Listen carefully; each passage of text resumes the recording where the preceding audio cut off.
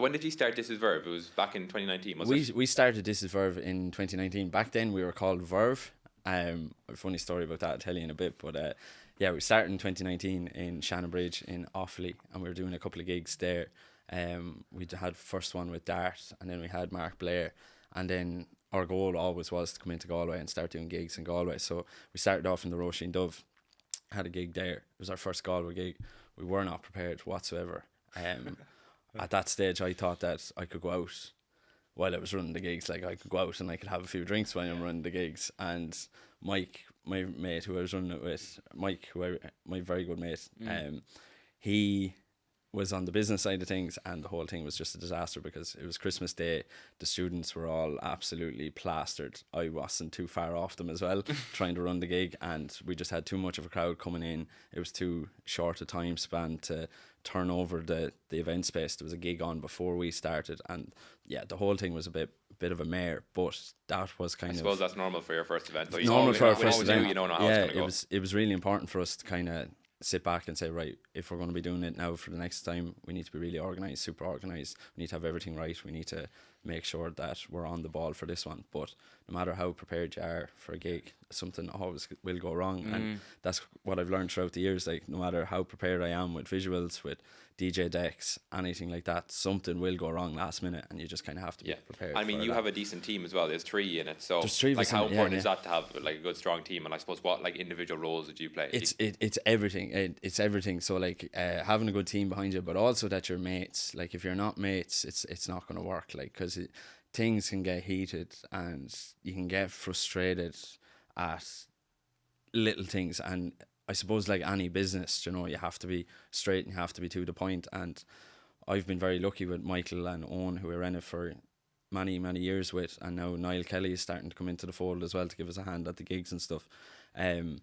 We're all mates, and that has been so important to us to actually keep our head above water and keep the thing together, because like, there's been times when we were trying to organise stuff and get into heated arguments and things like that, but you kind of have to just sit back and realise that everyone's there for the good of the business, and we all have it's like a level the of business trust. level of trust there. 100%. You could bank on the fellas. Yeah, that's it. So like, the fact that me, Owen and Mike, we met in Glasson in Galway, and we met by going to club nights, and we built that relationship, that's kind of stood the test of time throughout the business. Owen's now living in Dubai, so we're hoping to get a couple of boat parties there now going or something like that. So, well, I like that. I'm just looking for an excuse to go, really. Yeah. Get out to Dubai right now. Yeah. So Owen was playing there at Paddy's Day. He was playing a boat party out there. So you started before COVID. What was like the scene like in Galway and in Ireland in general, like before COVID compared to now? It was miles away from what exists there now. Like, there was just so much on, and there was so much opportunity, and I feel like there was, like, people talk about a club culture and how important it is, but I think the new generation that has come since COVID don't have that, and they didn't experience what it was like to be going to the same club night week in, week out, and becoming friends with these people and connecting with like-minded people. Like, it's like anything. Like, it's like GA, it's like rugby, it's like any of these things.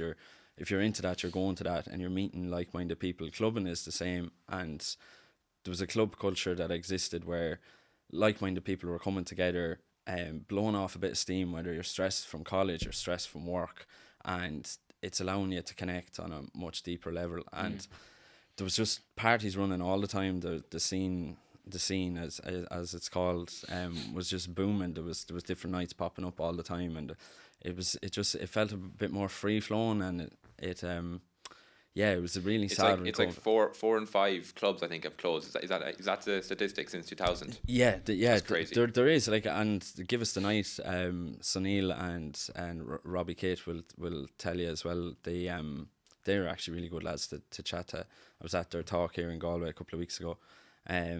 They run Give Us the Night, and they were saying that since 2000 there was 585 something like that clubs in Ireland, and now there's only a little over 80. That's ridiculous. So, like, that's a horrible stat. That's an awful stat. Like, and it's really difficult for. You couldn't even imagine what it'd be like with that amount of clubs. It's just, you can't even wrap your head around it. No. Because you're just so used to now having such a small amount of choices. Such a small amount, and making do with DIY venues, and like, to quote, like, Andy Weatherall, the OG London DJ, like he spoke about the importance of clubs.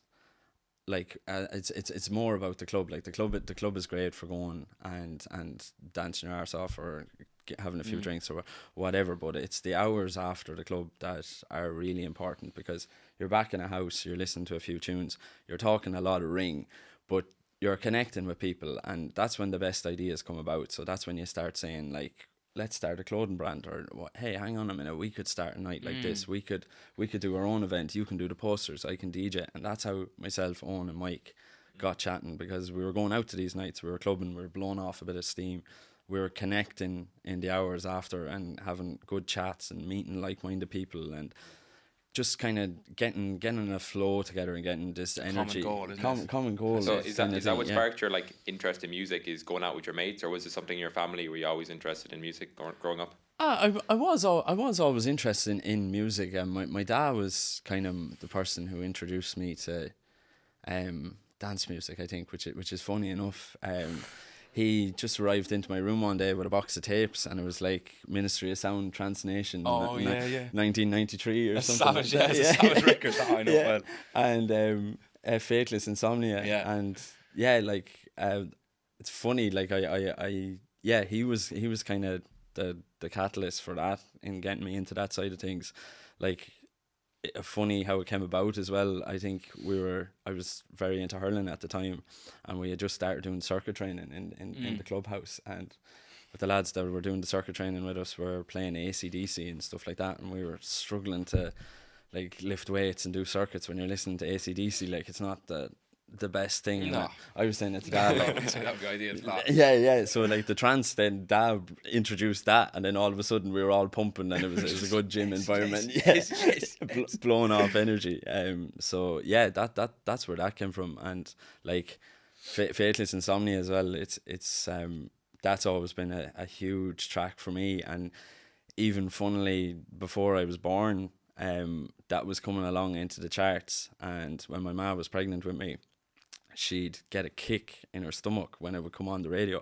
This sounds like pure bullshit, but she was telling my dad, she was like, every time this song comes on, he's kicking in my stomach, like. And Dad was like, what are you on about? Like, that can't be true. And Dad went and bought the tape and brought it home, put it on, and I started kicking. You started raving in the studio. You started raving in the room. You said, I'm ready. I'm ready. Basically, get me the fuck out of here. Yeah. You're supposed to start fist pumping straight away. Come on. So whether the tape ruined me or it was kind of in me that's what I was into. But that my parents will always say, oh, you were destined to be a headbanger before you came out, kind of a thing. But yeah, I suppose that track since then and all up through growing up, that was really huge for me. So it was always music. I'd played the piano then for years, but like Mum and Dad were so good at pushing me into these things and giving me these opportunities, but I couldn't connect with it. I couldn't connect with the piano when I was a kid. Like, I thought it was the worst thing in the world. Like, they were saying, oh, go in. I wonder why. What was it about it? Like, I just hated the practice. I wasn't any good at it, and they were telling me to go in and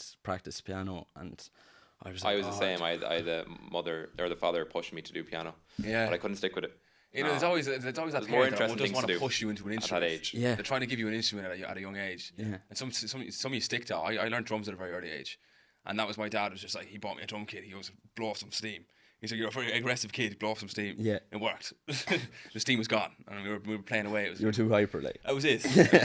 But yeah, I think every kid kind of gives it a shot at least anyways, you know. 100%. But it's very hard at that age as well to kind of see the bigger picture of how important it is. Like, if I had stuck with piano since that age of 6, that would have done so much for me, music-wise, DJing-wise, production-wise. And I'm trying now myself to learn it again and get back into it, but it's very hard at this You look at it stage. now with a different respect, because like 100%. You can read music, and to read music as well, that would bring so much to your music as well. So much, like, because everything about electronic producing, like, it's all based on the MIDI keyboard and the keyboard, and I wish I had connected with it more, because like when Mum and Dad were telling me to go and practice piano, I was like, oh, like, I'd rather do anything else than go in here and play this fucking piano. Like, you know, ivory keys, get away from me. Yeah. And Oisín, you do all the graphic design and the motion graphics for This Is Verve. Is that what you did in college? And I assume is that the course you went for? That is the course that I went for. So I would like the music, always having an interest in it. I was always interested in art and design, and I like all I wanted to do when I was a kid was draw, paint.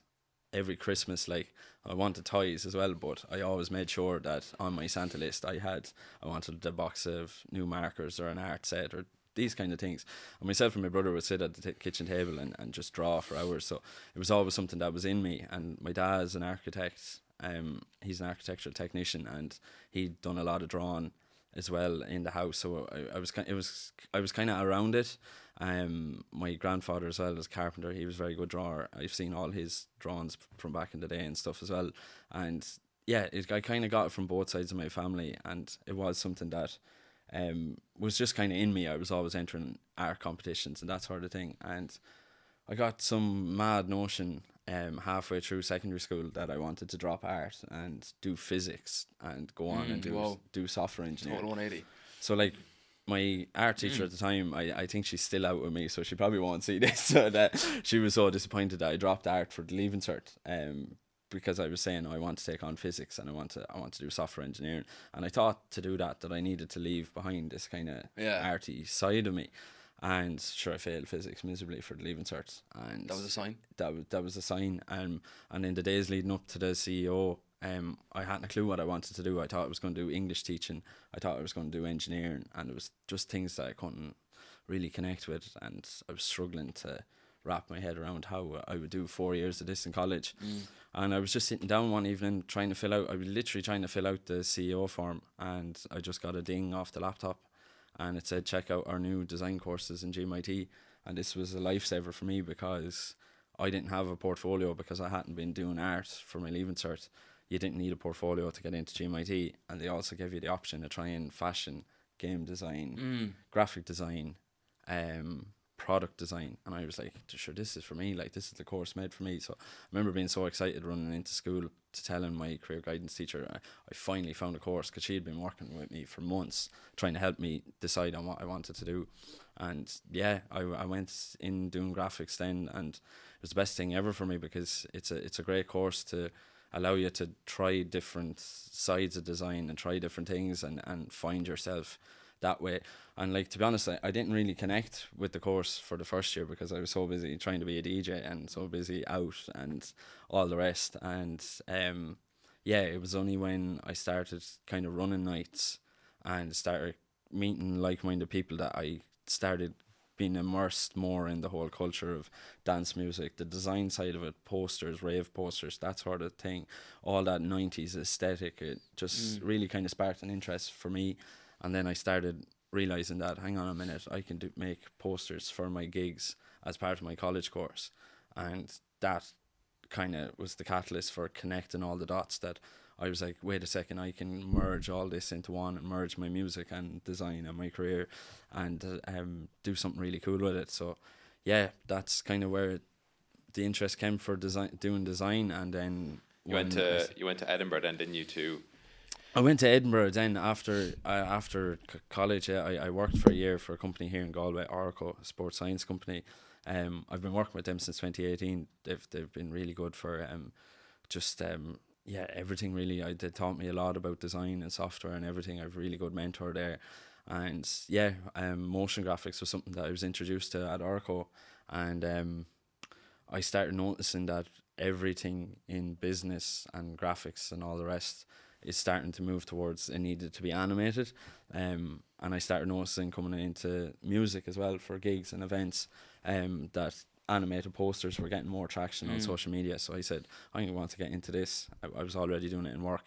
So I just decided to have a look and see was there any courses that I could further myself and immerse myself in doing animation. You went all in with Went fully in. But it was nice that I had the kind of anchor with it was going to support my full-time job as well, that sort of way. And maybe if I didn't have that, would I have had the confidence to go full into motion graphics, saying this is going to influence my music career? I don't know.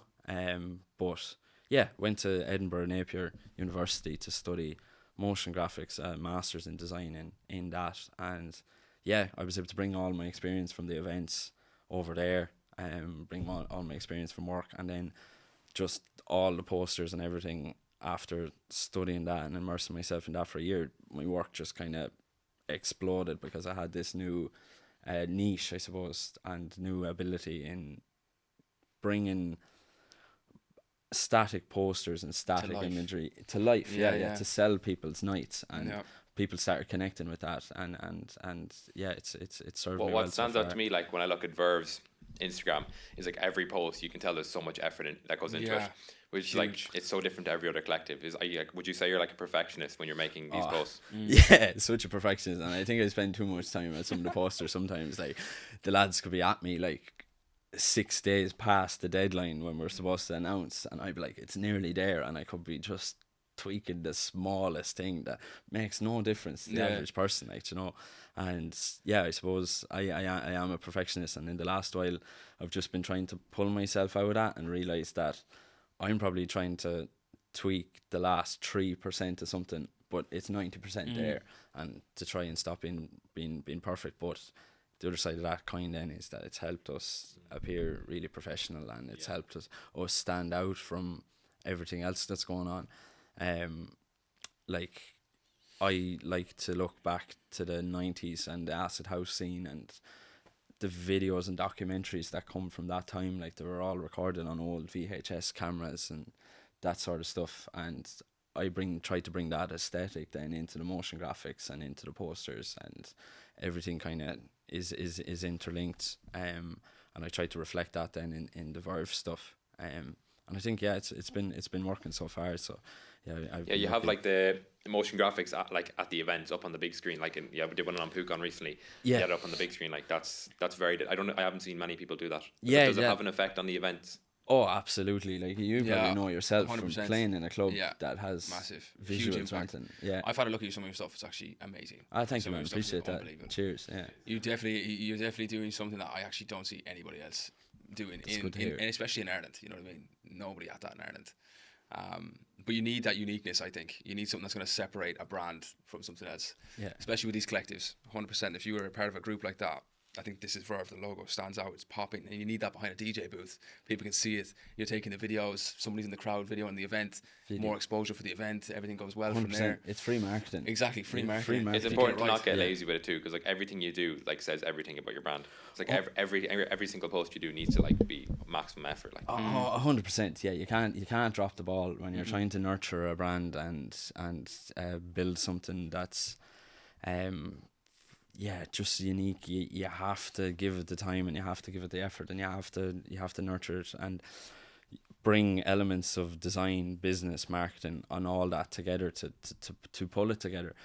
It's funny, the logo, we got a neon sign just coming out of COVID, and that was Michael's idea to get a neon sign, because we were looking to gigs in the UK, and Fly had a really nice neon sign, and we liked the look of it at their events, even though we hadn't been to any of their events. So we started looking into seeing if we could get one. So we got one, a pink one, a hot pink neon sign, and we had it on our first gig coming out of COVID. And yeah, like you're saying, exposure for the gigs and everything else. Yeah. When people were taking the video of the DJ, here the sign was front and center. Free marketing for us, but also the hot pink hue of the light was casting like a really nice filter onto everyone's photos.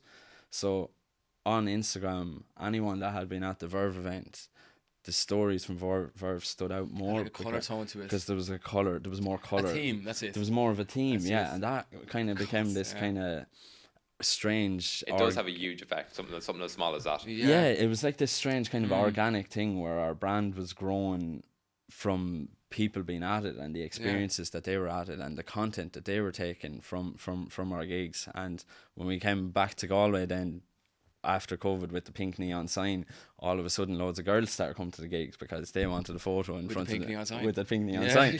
What happens then when girls start coming? Loads of lads start coming. There you go. All the boys come. Like, so we had a good run then when it was really busy off the back of that. But it just kind of shows how important a visual element is at a gig for people's experience, but also the marketing side, the branding side, and trying to set yourself apart.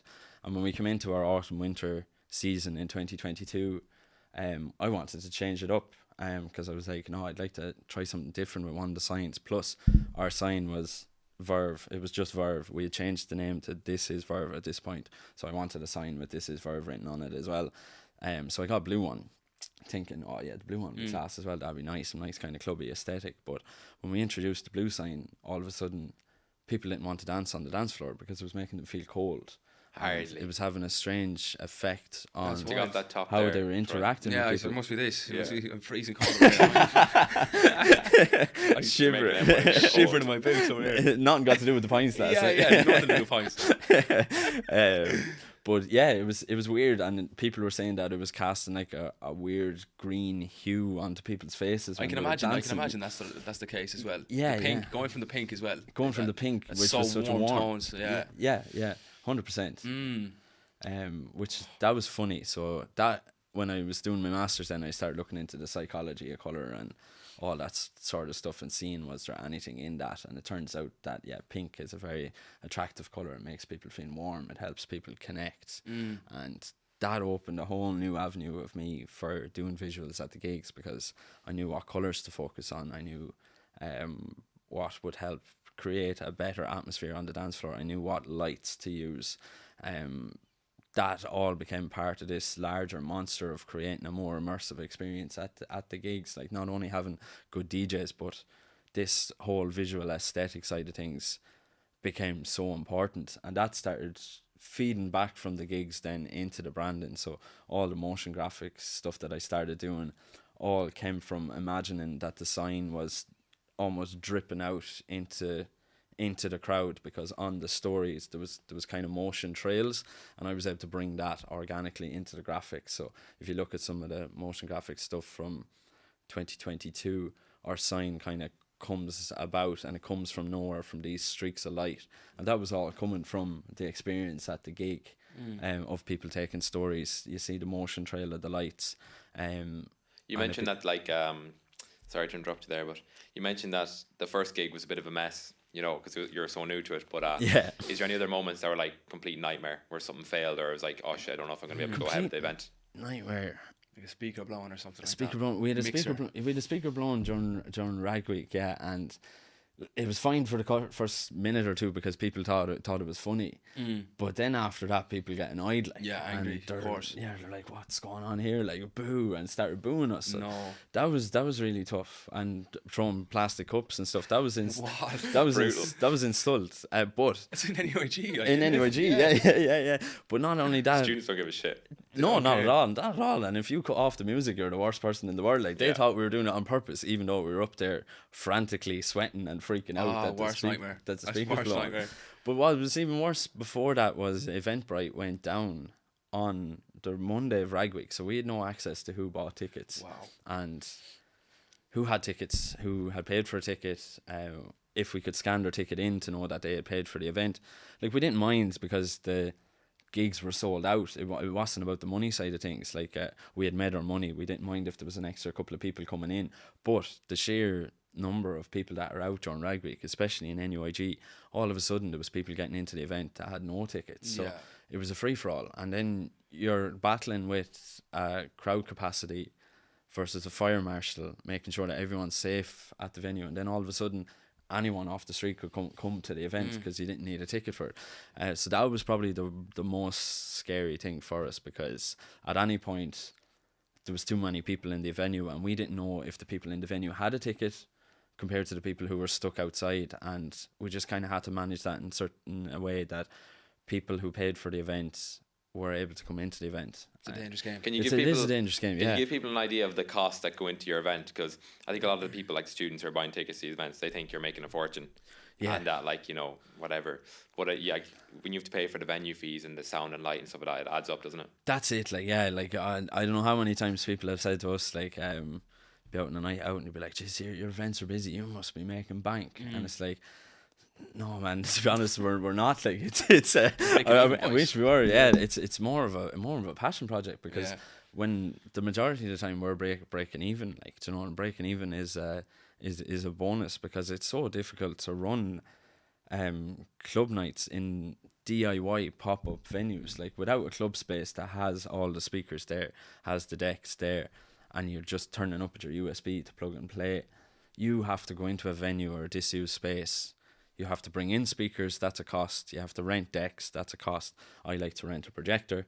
I'm always adamant about that. The boys might not want to get it, but I make sure that we get the projector, so that's an extra cost. You have door staff, you have people minding the other doors in the venue. You need someone to scan tickets. There's all these costs that accumulate, and all of a sudden you're up over $1,000 before you even go near booking the DJ. And you know yourself, trying to book a DJ, like, it's... Yeah, DJs can go fucking vary. Like, you can get some DJs that are like $8,000 a gig. You can go up and up and up. It never ends. No, that's it. There is no limit on it, and that's it's an annoying thing about the industry as well. Like, I'm all for DJs getting as much money as they should. Like, they should be paid for their craft. They've devoted their life to this art form. But I think for a lot of startup collectives and new people coming into the fold, like, when you go to email an agent, you're never told the price. You can't just email an agent and say, what's the price for such and such for a 200 capacity venue. When you email asking that, they just immediately point the gun at you and say, well, what's your offer? That's it. And then you're on the back foot and you're like, oh shit, like, how much? You have to give the first offer too, and then you're like on the back foot, exactly. Yeah. So then if you go in too low, they're like, oh no, they're usually go for this price. If you go in too high, they're getting a great payout. And how is a startup supposed to know that? Like, how you can't know. You don't know that, and that's the difficult thing, and that comes from just literally being in the game and trial and error and learning how it works. I got shafted for so many people in the very beginning, like, you know. I imagine the difficult part as well is like gauging the demand, because like with a lot of your, let's say, people are coming to your events, they're students, right? Yeah. So like it's very difficult to know when they want to go out and when they want to spend money, when they have money to spend. 100%, like that. Yeah, that's a whole different side of it as well. Like, you're nearly picking nights that you know the students are going to get the Susie grant, because you think you're going to get... Planning, no. That's heavy planning. Do you know, when you get into that side of things, like, all of a sudden you're like, well, wait a second now, like, we're not like running some evil corporation business, but these are the kind of things that you have to think about, and these will influence your decisions on a week in or a week out that you're going to be running a gig. Like, you wouldn't do a gig, say, the night before Paddy's Day, or like you kind of learn these things as you go along, because you start to realize, like, people are coming out to a dance gig, like, they're probably going to overdo it, they're probably going to like make a heap of themselves or whatever, so they're going to be shook for a couple of days. So you need to kind of take that thing into consideration, knowing that people need a bit of time to plan to come to this gig. Like, they won't go out if it's on a big weekend that it's clashing with another big event. Like, there's all these different strings that you need to be able to pull and keep yourself above water. And like, any gig, any sort of a crowd at a gig, especially post COVID, is a win, and is a win for us. Like, I'd much rather a room of 50 people enjoying themselves and dancing and that are there for the music, as opposed to a room of 600 students that have no interest in the DJ. Do you know, like when you're like, you've collaborated with some serious artists, like Kilimanjaro, Fly Club, Yasmin Gardazy. Who else have you collabed with, and like who's been the coolest person to work with? Who's been the coolest? Probably the coolest was Interplanetary Criminal. Oh wow! Yeah. Zach was such a gent. He's supposed to be a buzzer, all right. Yeah, he's so sound. Such a legend, and like, I remember leading up to it, I was so nervous because I had to warm up for him, and Bota was blown up, and like Baz and all, it was all over TikTok. Everyone was listening to it. My ma was listening to it. Like, it was absolutely everywhere. And we had gotten lucky in that I had been looking at him for a while, because I was really interested in these garage tracks, and I thought that he was doing something really cool. Plus, I started noticing that Bicep were playing a lot of his tracks in their mixes on BBC Radio and stuff, and then I was kind of thinking, well, wait a second, like, if they're kind of tapping into this side of things, there's definitely something here with this kind of bassier side of music, and I think this old kind of garage style might come back in.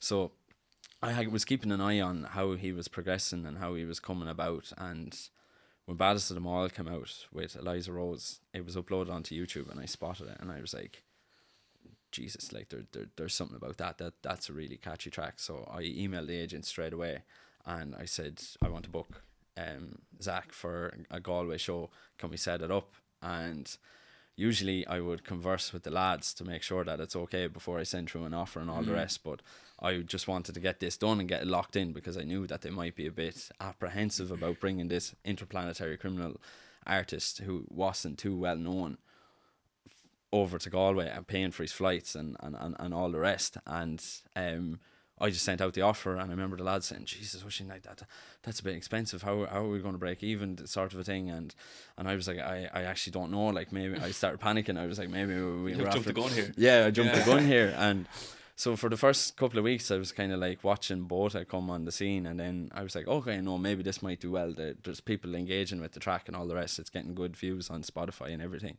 And then I was just like, well, I just want to meet him anyway and see what he's like, and I know he's a good DJ from listening to his mixes, and I know it'll be good. And then out of nowhere, Bota just exploded on TikTok and everywhere else, and everyone was singing it. It was on all the radio shows, it was on every TikTok, it was on every Instagram post that we've seen, and he was just gaining all this traction. And it became going from worrying about whether the gig would sell out to all of a sudden, oh my God, like this lad's a superstar. How are we going to bring him over to Galway and look after him and warm up for him? Like, what's he going to be like? Like, we'll have to be really on the ball with making sure that he's comfortable in a good hotel and all this sort of stuff. And I remember when he was coming in, this particular day, I was working, Owen was working, and Mike was working, and none of us could go and collect him from the airport. And usually we would go and collect the artist from the airport and get to know them in the car journey on the way down, and fill them in on what the night's going to be like, tell them the itinerary and all the rest, and just get to know them on a more human level. And this particular day we couldn't do that, so he had to get the bus. So he had to get the CityLink bus from Dublin Airport down to Galway. The bus went missing on the motorway. There was no sign of him arriving into Galway at 8 o'clock when he was supposed to land. Came to 8:30. I gave him a text. There was no answer. Gave another text, and then I was like, oh crap, like I hope he didn't turn around and leave, because he had to get the bus or something. And all these thoughts start going through your head, because you're panicking because you have a sold out event and you want to put on a good night. But it just turned out that he had no signal on the bus, and the bus actually just got held up on the motorway. So he arrived in anyway, and all this kind of panic that we were in and all the rest about it, whether he'd arrive and everything else, was immediately pushed to the side when he got off the bus, shook hands with us, and was just the soundest and most down-to-earth fella I've ever met. And out of all the DJs that we've booked, he was so chilled out, he was so nice and everything. But then the panic set in then again, because we had promised him a meal, and we had said, we'll bring you out for food and a few pints and all the rest. But at this stage it was 9:30. There was nowhere you were going to get a seat in Galway for food.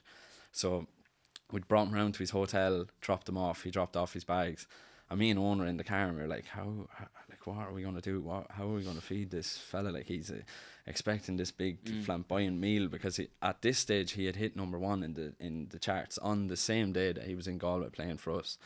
So there was all that pressure, and it brought a whole new kind of thing to the table, that we were dealing with someone that was not only a big DJ now, but they were this insanely huge pop star in the UK and everything else. So there was a lot riding on it, and I think we got in our heads a bit too much, and we were overthinking it. But we were driving in the Headford Road, and we were trying to slowly drop it in that we wouldn't have anywhere for him to eat, like, and he was after having a long journey and all the rest, and we were kind of like, oh shit, what are we going to do? And he pointed at Supermax. I knew well. And he said, I was like, you have to be there. It's definitely coming, wasn't it? Yeah, he was like, what about that place? So we were like, Supermax. Well, are you sure? Like, it's just kind of like, it's good Irish food. And then we were kind of thinking, to be honest, it's the best Irish dippers. Like, it's the best you're gonna get. Yeah, it's the best you're gonna get at this time, especially in Galway. So we drove in then and went into Supermax, and he got curry cheese chips, covered in mayo. So simple, isn't it? It's so simple. And we sat down and we were there for an hour just chatting about tunes, and just, yeah, he was telling us about his life in Manchester, telling us about his girlfriend and her Galway connections, and we just met him on a more human level, and just like as if he was just one of the boys, and he was so interested in what we were doing and what our DJing side of things, what sort of music we were listening to and what we were interested in.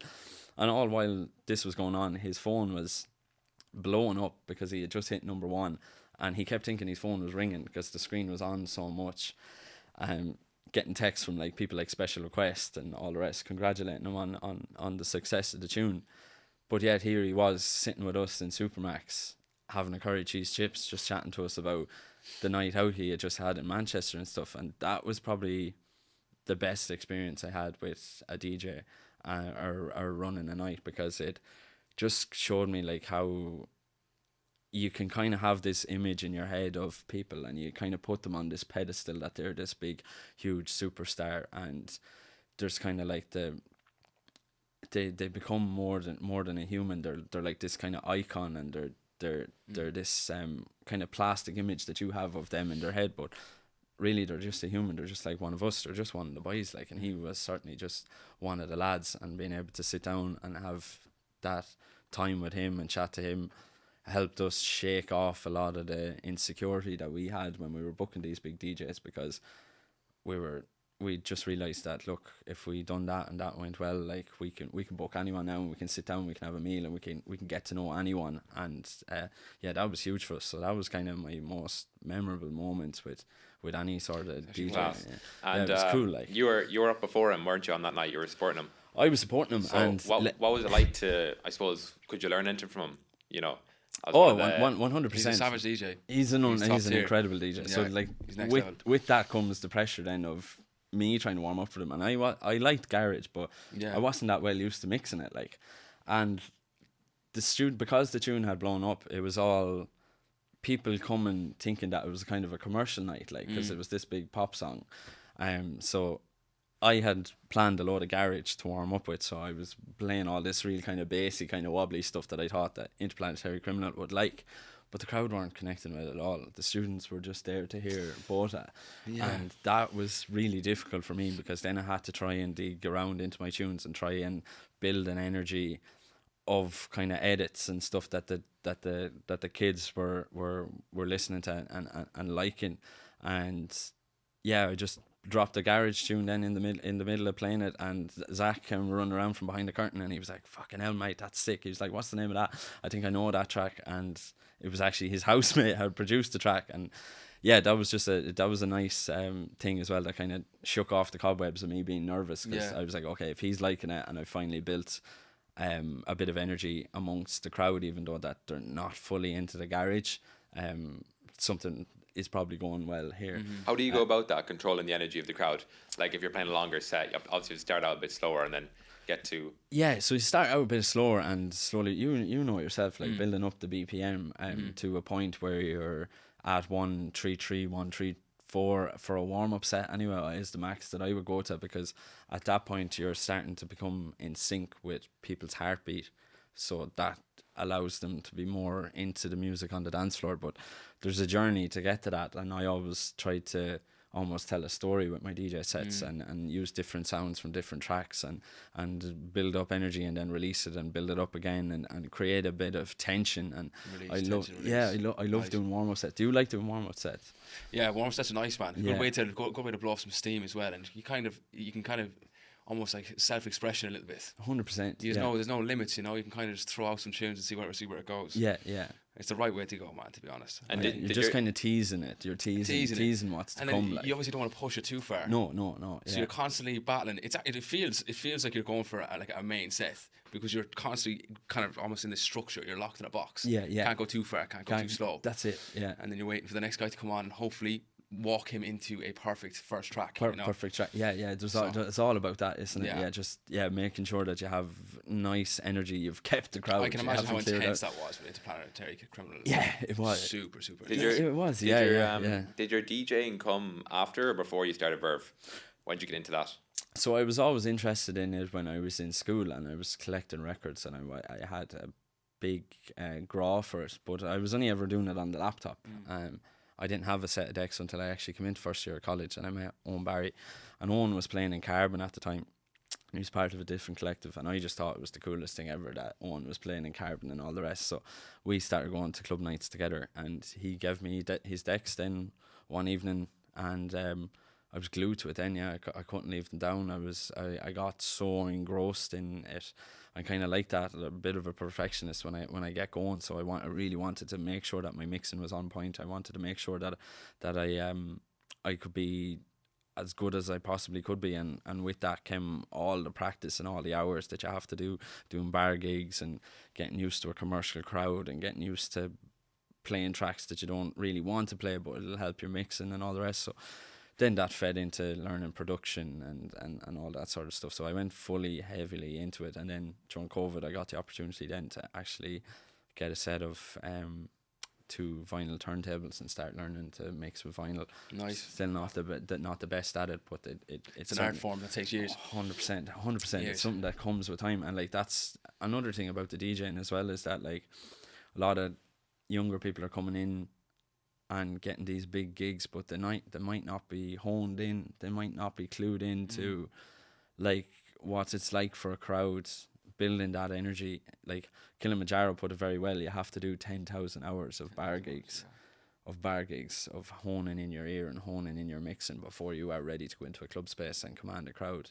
Because I suppose if you can play in front of a small crowd of 5 or 10 people, then it's going to be a lot easier when there's a lot more people there. 100%. And keeping people who might not be, like if you're playing in a bar, like there could be people of all ages there, and you need to give them something and give like an experience that they're all going to enjoy. So there's that kind of fine tuning that needs to happen before a person goes into a club space. And like you said, you can't push it too far. And for a warm-up set, and I think the art of a warm-up set has been lost a lot since COVID, because it's true. The new kids that are coming on the scene, they didn't have that experience of going into the club and you're waiting for the big DJ to come on, and you're just being teased with tracks. You're hearing nice kind of minimal house, minimal kind of techno tracks that are just slowly but surely building the energy. And I think maybe that put off a lot of people coming out, a lot of the new generation coming out of COVID as well, because you had a lot of new DJs who did not know the ethics, I suppose, of warming up and all the rest, and they were coming in heavy, trying to make a name for themselves warming up, and they're straight in 144 BPM, pumping the place out. And for new people that are coming onto the scene, I felt like that's a bit too intimidating for them. It's their first techno night, and they're coming in, and you need to be eased into it. You need to be eased into the warm-up side of things. And when you, like, it's going to be scary for any new person, their first techno gig, they're coming in and it's in your face, balls to the walls, techno playing, lights going, it kind of knocks you back a bit, and you're like, Jesus, what's this demon stuff? So yeah. How's your style evolved since you started producing, let's say? Where did you start at, and where are you at now? Like when I was in school, I used to love drum code. I thought Adam Bear and all the rest was the bee's knees. Like that was techno. But now it's almost like it's house, because it's so light, like, because it's like 122 BPM, it's 123 BPM. But that's what I was really into. And then I was always a fan of the Feel My Bicep blog. Even when I was in school, before I knew everything about, well, not everything, I don't know everything, but before I knew how the scene worked, and I knew what genres of tracks, what I like, what I don't like. I knew a disco record from a techno record. Before I knew that, I came across the Feel My Bicep blog, and at that time, 2012, 2013, they were just uploading tracks that they were listening to that they liked, kind of obscure Italo disco, obscure disco tracks, obscure house tracks that they were finding in London record stores, like digging through crates of records. And they started that blog just as an outlet for themselves to connect with their friends, because they were starting to emigrate and starting to live in different parts of the world. But this was a way for them to stay connected, was just uploading tracks and share what they were listening to with each other. And then Bicep started DJing off the back of that, and they grew from there. But I was always interested in that, and that was always what I liked to say my style was that old school kind of housey sound that Bicep were producing in the early days, like the Vision of Love, those kind of tracks, Kerry Shander kind of style of early 90s house music was the kind of initial step for me getting into it. They were the tracks that I was playing when I was first doing bar gigs, because they suited a bar vibe as well, because they were nice and light, housey tracks. And then as more I started getting more and more into it, I started becoming more exposed to like James Shinra and Ross from Friends and these kind of guys who are doing more experimental alternative sounds, making alternative kind of electronic music. And I started getting really into that, and I started just getting really just immersed in that kind of sound design side of things, like the real intricate sounds of the TB-303, like that kind of acid sound, and how that can be morphed then with something from a Korg Monopoly, and the blending of bringing electro sounds with more alternative electronic music sounds, and then bringing in early kind of dance music sounds like the sound of a loon bird, which is at the beginning of one of the 808 State tracks. And I started seeing that these guys were messing with these obscure kind of electronic sounds to make interesting music, and I kind of got really into that then. So I suppose my style now at the minute is kind of more on the progressive house electro side of things, but I also like to play a lot of trance as well, because that was always something that did resonate with me. So I like progressive house. That's from Faithless, isn't it? Yeah. Often Faithless, carrying all the way through. Carrying all the way through. Like, it's always coming back to that. You can't help it. It's no, you can't help it. It's just it's just kind of in me, I suppose, since that. Like, and how long would it take you to make a track? Like, obviously you can keep going forever and adding more and more stuff and trying to perfect it. Yeah, like I have tracks on my laptop that I might have made started 4 years ago, and they're still not finished. You have a lot of unfinished projects. Projects, but a lot of that. How much did you say you have on your like? I've got about 3,500. Yeah, Jesus man. And there's probably I actually need to do something with them, don't I? Out of that, there's probably 500 weapons. There is, man. Honestly, I have 2 laptops now. One of the batteries is blown up in one of them. Right. Yeah. But it's filled with like about 1,500 of them, and then my new one that I've got is a lot of unfinished stuff. But I get to a point where if I might be halfway through the song, it's like, I could finish it, but I could make something better. I could finish it, but I could make something better. And I might leave like little elements to make something better. But then there's moments where I do go back and I pick out a track that actually does resonate with me. And I'm like, right, let's just change everything here. Let's do it again. It's always more exciting, I feel like. I don't produce, but like starting from scratch rather than going back a few weeks later to an old track. It's exactly that. It's exactly when you first start making a track for the first time, you put your hands on the keyboard, or whether you're just starting to sound design for the first, like at the initial stage of a project, you don't know where it's going to go. Like for me, I don't really have a plan when I sit down and make music. I kind of just, whatever sound resonates, but I like to move quick. So it might be like 3-4 things happen all at the same time. Like boom, okay, we're moving. Yeah, let's keep this momentum, and then you just see where it goes from 100%. And do you find like sometimes if you sit down to try make a track, it's not going to work, but if you just kind of out of the blue decide to pick up your laptop, it comes a bit more freely. More free. That's the thing that kind of annoys me about it as well. It is annoying. Sometimes you can be all set and you can pre-plan that you're going to say, right, on this day I have the day off. 4 hours to yourself. I'm going to go at it. I'm going to make a serious track, but it never works like that. Like it's always the days when you're in a rush. You'll hit a mental block then. You'll hit a massive mental wall. You won't be like, I can't go any further. 100%. After 20 minutes as well, it'll be like, Jesus, I'm nowhere near it. I'm not sharp here. Yeah, and you're kind of overthinking it. That's then it. You get in your head a bit about it, and like I suppose the fact that I haven't released anything now in a while is probably because I'm a little bit too hard on myself in that I want a track to be perfect, and I do be always afraid that someone will spot the smallest thing that isn't done right,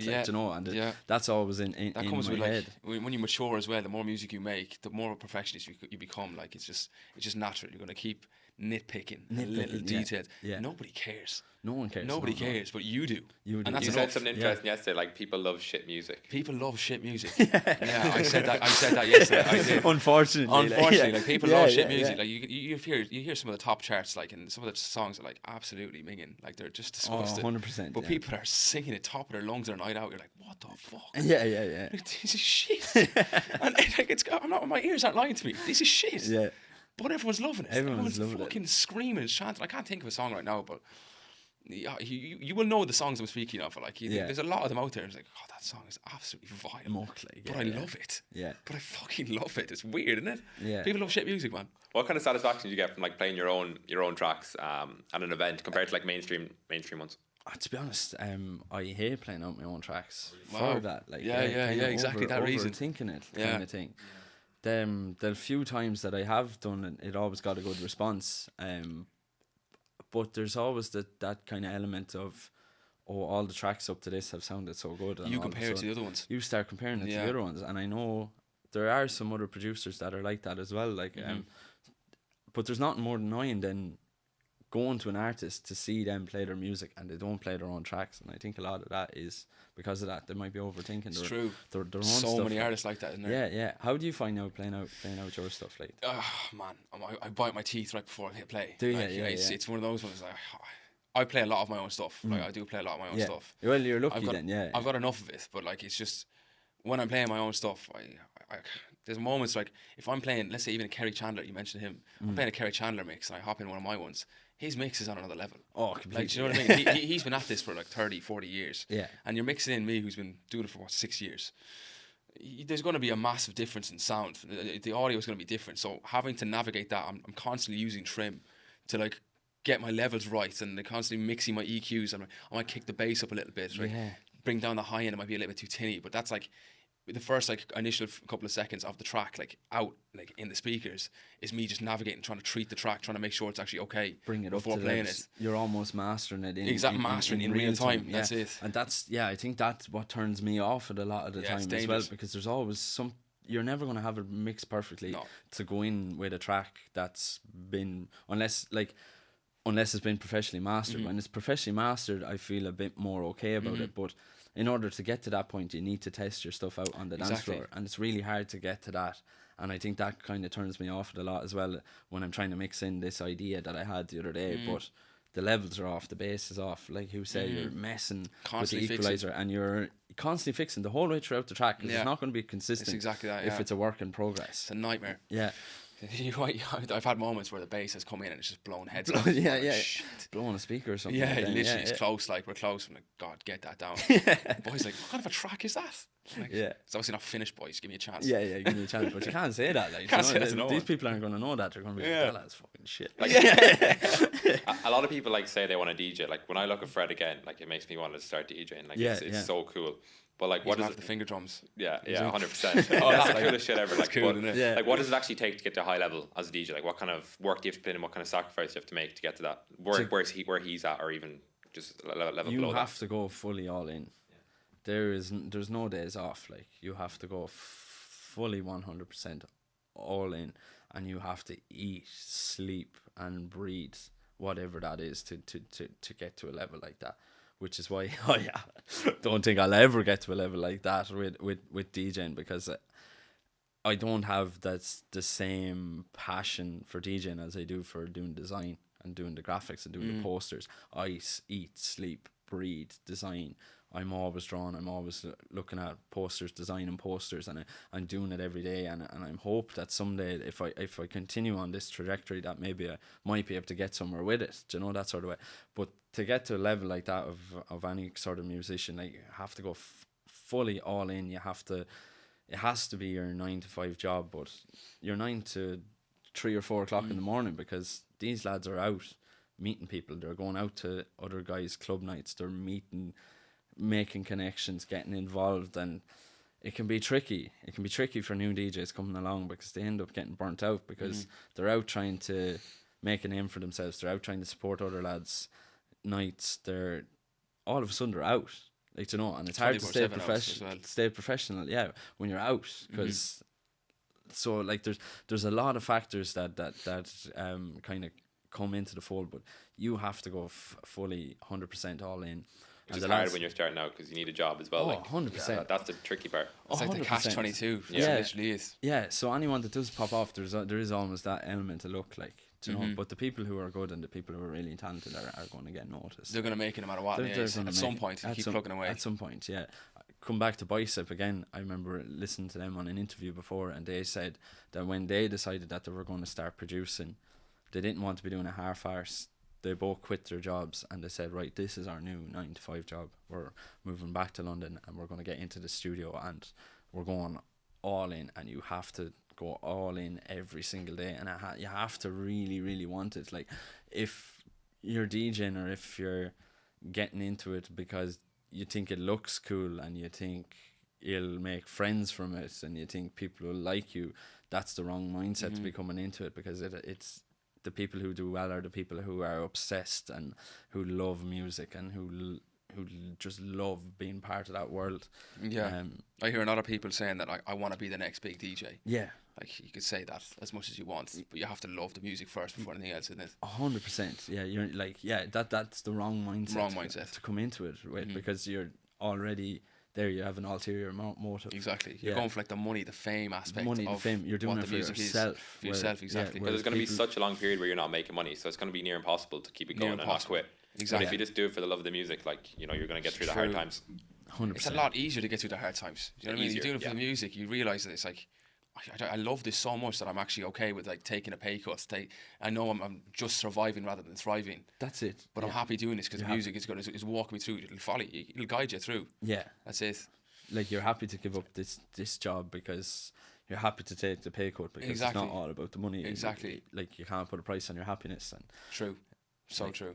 That's, yeah. How do you balance, like, obviously you've got your graphic design, you've got producing, you've got the DJing that you do as well. Like, it's a lot. So, like, how do you balance that? And how do you decide to allocate your time? It is a lot. So, and I'm working full time now as well. So I'm working 9 to 5 office job. So that takes up the vast majority of my time, and that spills over a lot into evenings and stuff as well. If we have a deadline coming up, so like the freelance graphic side of things, I'm able to keep that up just because I love it and I eat, sleep and I breathe it, and it's an outlet for me to be creative outside of my normal daily life. So I'm my happiest when I'm sitting down designing a poster, or like following a design tutorial, or learning something new. So the graphic side of things outside of work is easy and falls into place.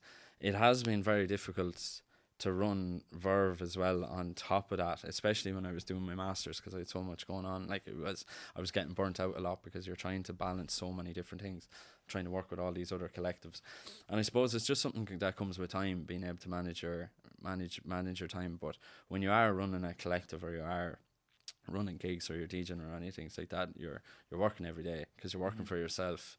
There's always more that needs to be done, so there's always something that needs to be done, but you just kind of have to be able to plan stuff that just pulls yourself out of that, where you're able to say, right, on this particular night, myself and my girlfriend are going to go, we're going to have a nice meal, I'm going to go home this weekend, I'm going to go see my parents, and you just kind of over time learn to find that balance and fine tune that balance to a point where you're not going to be able to do everything 100%, but if you're doing little bits here and there of everything over a period of time, things will work. And I've been really lucky with Verve that I have Owen and Mike, and now Niall recently as well, given a hand, because without them I wouldn't have been able to do anything, because Owen has been massive for the PR sort of things. He's a people person, he's a barber, he was in the barber shop chatting to lads every single day.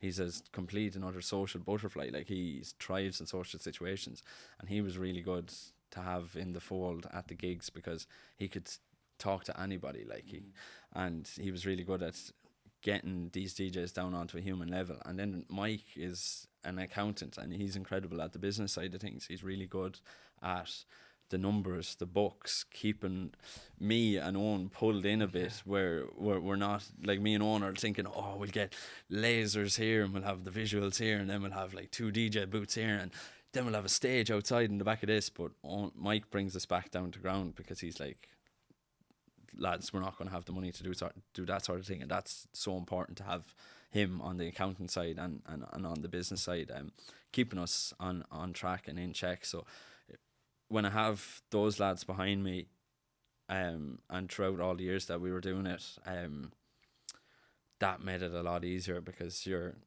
carrying the burden. You will say it wasn't a burden, it was always a pleasure, but the last while it almost felt like a burden when we started getting busy in work. But when you're sharing responsibility, it makes it a lot easier. And that's something that I've learned as well, is being able to kind of delegate.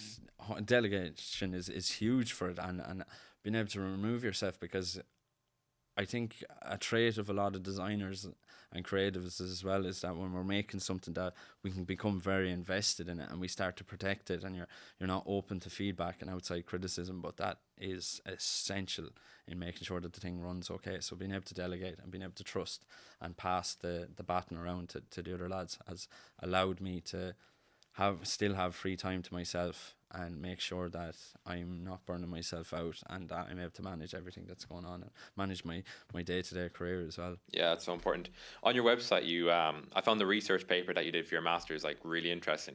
It was cool. Well, it was titled like Designing for Drunkenness. Designing for Drunkenness. Can you explain a bit about that and what it was about? Yeah, so it was funny. We were being given projects to do in the master's course, something to do with COVID touch in the city, and we had to gather information on how people were interacting in the city in a post-COVID world. What were people touching and all the rest, and I left the project to the last minute, of course, and I went out trying to figure out how do I get people to interact, and how do I gather interesting data or interesting stories about how people interact with this post-COVID touch in the city idea. And I picked up a mask, like a COVID mask, and I started going around trying to hand it to people on Princess Street in Edinburgh, and people were freaking out. Like, people were saying, what are you doing coming near me with a dirty mask, kind of thing. But that completely switched then when I went out at night and done it, because I started going to hand out the mask, but people started putting it on because they'd had a few drinks in them and they thought it was gas to put it on as a hat and all the rest. And that was an interesting concept for this particular project. I can't remember what the whole idea behind it was for us, but it was to just get out and see how people are interacting in a city post-COVID. But from that, I started to realise that when people are drunk, they lose a lot of their inhibitions and they lose their ability to think logically about stuff.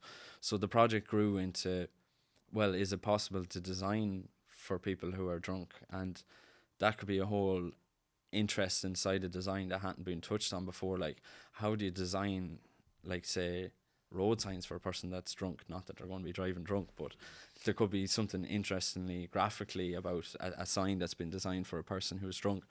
And I suppose my DJing and my interest in the event side of stuff was feeding into the projects that I was doing in the master. So I decided then, for my thesis, I was going to focus on designing for drunkenness, and it became this huge, big project where I wanted to see that if we could prove that it was possible to design a safe space for people who were drunk, could this help in turn the argument for allowing new venues to pop up and new venues to open? So there was that element. So it became from this kind of weird research project that I done in our college, which a lot of the projects that you do in our college are going to be strange, but it became this kind of thing where I could actually maybe utilize this in the real world to build an argument for a new club space opening, because if it's safe for people who are drunk, it's going to be a safe space for people, and maybe that might help the risk assessment. It might help the council get on board, this sort of stuff. So as part of the project, then I started looking into maybe if alcohol labels were done the same as cigarette labels. So there was all the graphic design of that, putting like cancer warnings on the bottles, and I discovered that wasn't working. Putting a cancerous heart on a bottle, people didn't want to touch it.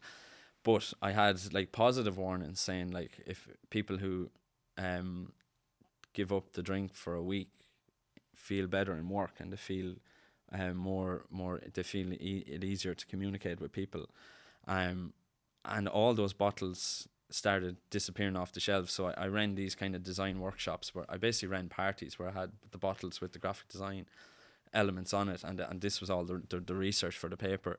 The positive messages in to drunken people helped them not drink as much throughout the night. And yeah, there was the research paper is on my website. I haven't read it now in a while, so I can't remember the full ins and outs. But designing for drunkenness it's interesting though. Yeah, designing for drunkenness. It was a huge project, and I done experiments in the nightclubs with motion graphic visuals where I wanted to see if by designing them in a certain way could I make the club space more safer. And I had like warnings for drink more water, but I had it incorporated into a visual club and aesthetic. So like the visuals were playing out like they would in a normal club, but every so often there was almost like this message coming in and flowing in saying drink more water.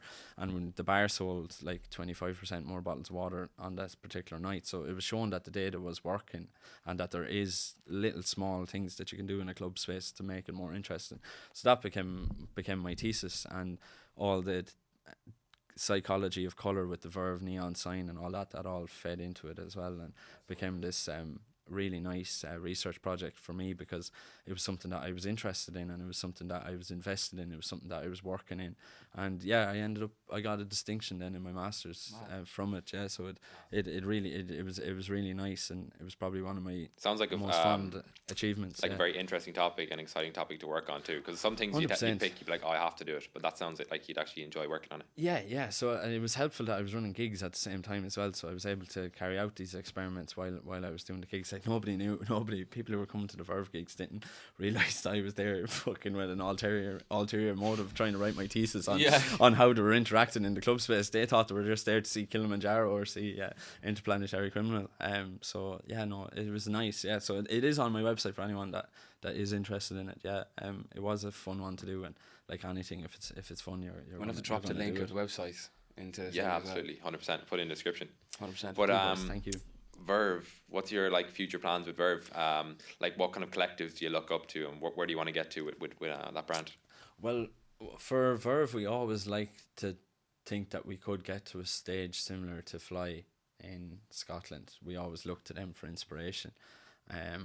They were kind of setting the bar, I suppose, for us, for what could be done, and we liked to take influences from the artists that they were booking and the parties that they were doing, because it was huge for them to be able to run this open air festival in front of the Edinburgh Castle, which is a UNESCO World Heritage Site. So like for them to be able to build their brand to a point where they're able to run a festival in this protected historical site, for us was massive. And we were saying if we could take a lot from their business model and how they operate, maybe that can help us to run better parties and run more interesting parties for people in Ireland.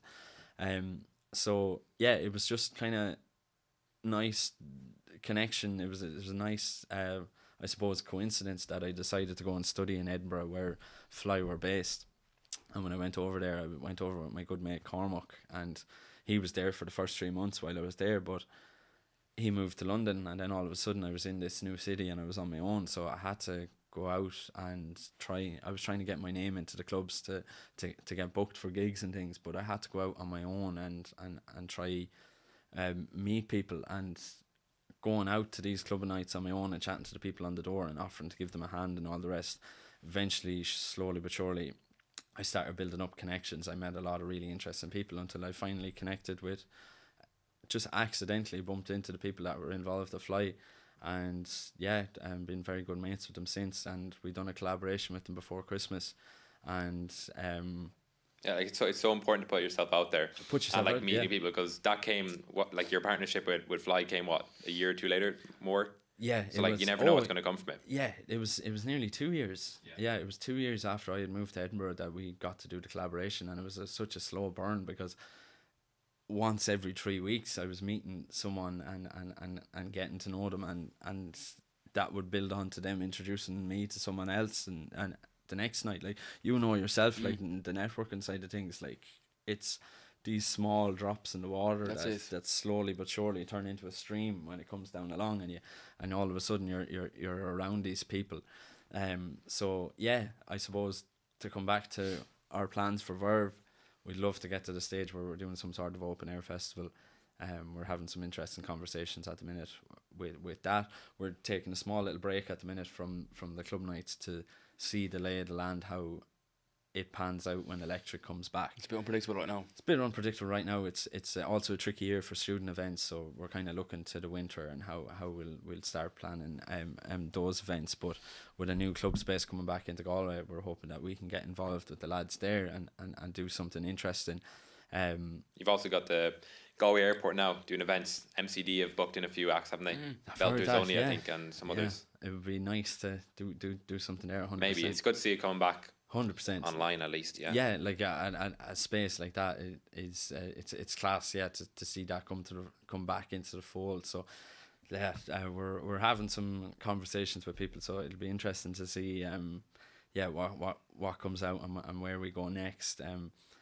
It'll be nice to do a couple of boat parties in Dubai with Owen and stuff as well. Yeah. So you have to get me and Troy a ticket. Yeah, 100%. Oh, 100%. Well, we'll fly flight out as well. Yeah, cover the flights too. We'll book you. Yeah, it'll be a nice way to link it up. Like, no, serious. Yeah, we should definitely be down for that. So cool. We have conversations ongoing, but I don't want to talk about anything that we haven't done yet. It's all under sheets. Yeah, that's been perfect. Great conversation. I think people get a lot of value from that. Yeah. Hearing your story was really good. So where can people find out about yourself, your design, and This Is Verve? Find out about my design. Most of the stuff is on www.oisínkellydesign.com. That's my portfolio. You'll see a lot of the recent design work that I done with the likes of Lost in Dublin, our collaboration with Fly, that sort of things. I done Spotify canvases for Long Island Sound artists like that. You'll see all that on my website. Verve is at This Is Verve on Instagram, and my own personal thing is at Oisín Kelly 22. And if anyone's interested in any of the stuff that I talked about, just reach out to me at any point. I'd be happy to give you advice or chat to you or do posters for you or anything else. So sweet. Yeah, thanks boys. I really appreciate you having me on. Yeah, thanks for coming on, Oisín. Appreciate it. No bother. All right, cool. Oh, good. It's good. It was alright. Man, yeah. it was wicked. No bother.